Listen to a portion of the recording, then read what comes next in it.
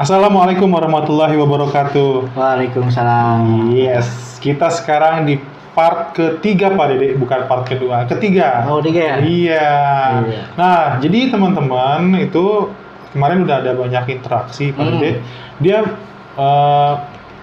mungkin udah pada nungguin juga sih, ya. Iya. Mereka udah dipanggil nanti teh. Nanti kalau dipanggil sama HRD, terus interview. Nah, gue harus pakai baju apa? Terus nanti sampai di sana ditanya-tanya apa gitu Pak. Nah, ada nggak sih apa kita ngikut aja nolong aja ke sana, datang interview ngobrol-ngobrol biasa, atau emang ada tips dan trik supaya diterima gitu Pak? Oke. Sebelumnya makasih Pak Oki, ya, diundang kembali nih.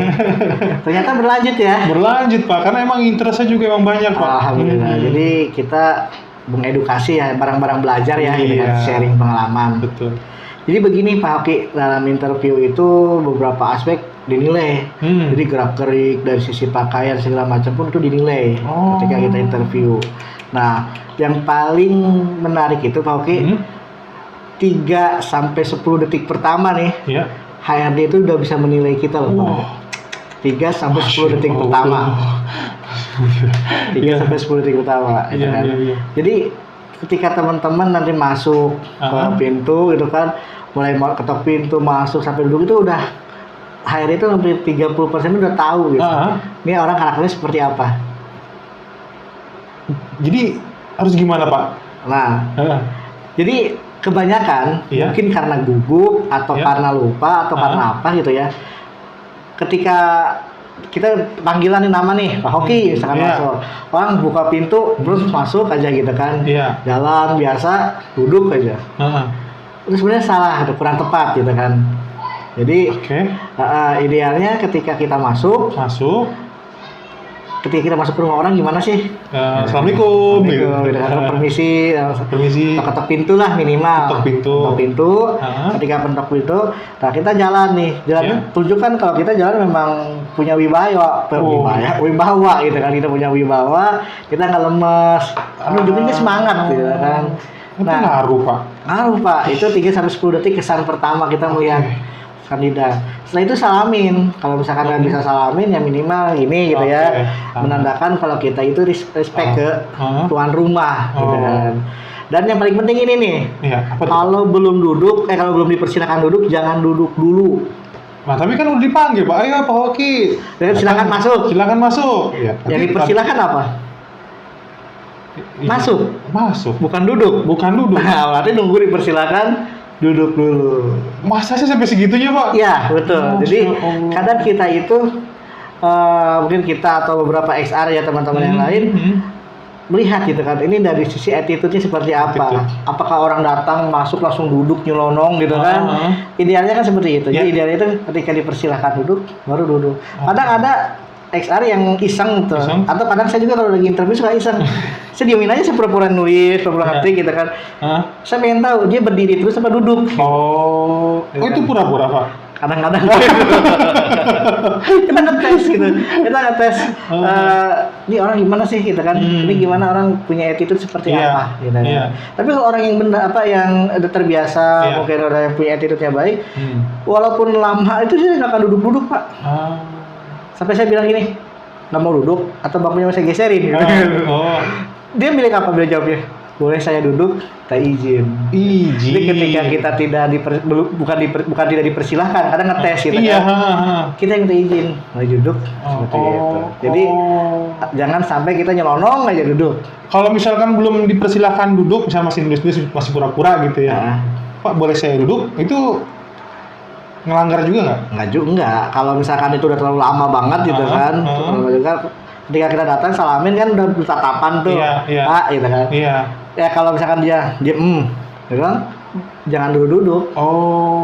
Tapi kalau udah misalkan agak lama, boleh saya duduk? Kita izin aja apa? Saya pikir, ya itu duduk maksudnya gitu, bukan ya? Duduk aja seperti itu. Dulu saya pernah gitu, jadi saya pernah dulu punya sebelum saya jadi XR ya Pak. Saya ngelamar kerja di interview. Itu manajernya itu kayak dingin banget gitu. Misi Pak, assalamualaikum. Ya, salaman. Saya bingung, saya duduk atau enggak, duduk apa enggak gitu kan. Saya bilang, ya saya berdiri aja. Nah itu ada batas juga, nggak sampai berdiri terus gitu kan. Pak, boleh saya izin duduk? Oh iya silakan. Ketika dia bilang silakan, baru duduk. Saya pikir tadi nunggu sampai dia duduk kapan, udah kita capek-capek cari baju, jalan ke kantornya juga jauh, datang-datang ya nggak disuruh duduk kan gitu ya Pak ya. Oke, duduk. Tadi tutup dulu, masuk, duduk. Kira-kira bakal ditanya apa Pak? Nah itu ditanya apa? Iya. Udah makan belum gitu?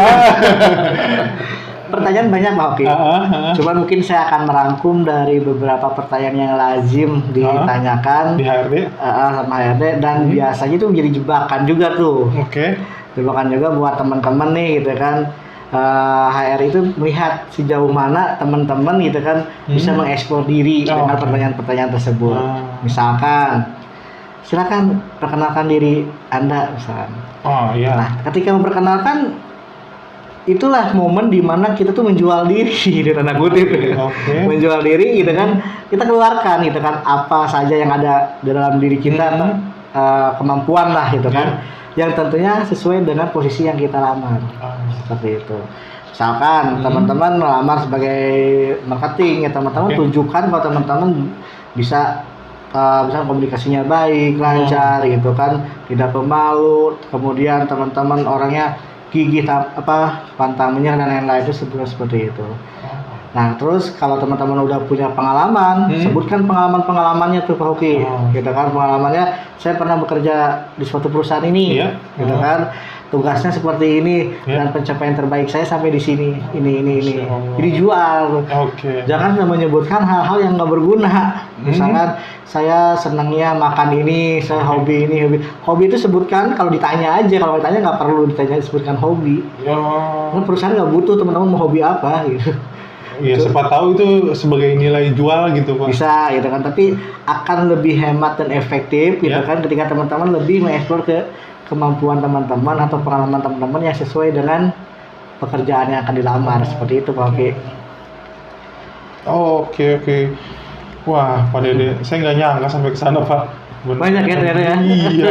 Iya tuh teman-teman.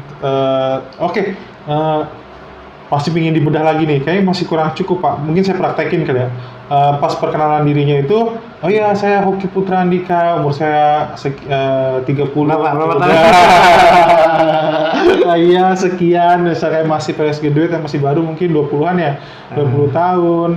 Kemudian saya punya skill juga perlu ya. Iya, sebutkan kemampuan kita apa. Terus hobi juga nggak terlalu ditunjukin juga nggak apa-apa ya. Yang penting sesuai itu. Terus abis itu Pak, ya udah. Udah diterima? Udah diterima abis itu? Belum Pak. Astagfirullah, masih belum. Enak banget ya. Mungkin HR-nya nanya lagi misalkan. Pertanyaan sih banyak. Yang poin-poinnya aja. Poin-poinnya aja. Sebutkan dong misalkan kekurangan kamu apa? Apa ya? Kalau kita menyebutkan kekurangan orang, gampang. ABCD. Iya, suka ngupil. Gibah, macetan gibah. Masya Allah. Tapi kalau kita diminta untuk menyebutkan kekurangan kita, nah itu yang susah gitu kan. Kira-kira apa Hoki kekurangannya nih? Iya ya, apa ya? Bukannya kalau misalnya kita kata Bapak Dede, kita menjual kita apa yang punya nilai jual dalam diri kita. Betul. Kalau kita nyebutin kekurangan berarti kan menjatuhkan diri sendiri Pak. Betul. Nah gimana teman-teman? Iya Pak. Giveaway aja kali ya. Nggak pulsa gitu. Begini aja daripada Dede, ilmu begini sangat berharga buat kita Pak. Siapa tahu mau ada bagi-bagi hadiah gitu. Enggak Pak. Jadi ketika kita ditanya kekurangan, intinya jadikan kekurangan kita itu sebagai nilai jual kelebihan kita. Gimana caranya Pak? Lebay deh Mas. Lebay banget. Jadi jangan sampai kekurangan kita itu kan yang menjatuhkan, benar tadi kata aku, jangan sampai menjatuhkan diri kita teman-teman. Misalkan kekurangan kamu apa? Kekurangan saya apa ya Pak ya? Kekurangan saya misalkan saya orangnya mudian, mutan gitu kan. Gampang marah, gampang kesel. Itu udah karakter, udah sifat. Hindari hal-hal yang sifat, misalkan saya tukang marah, saya orangnya penyendiri, pesimis, atau apa yang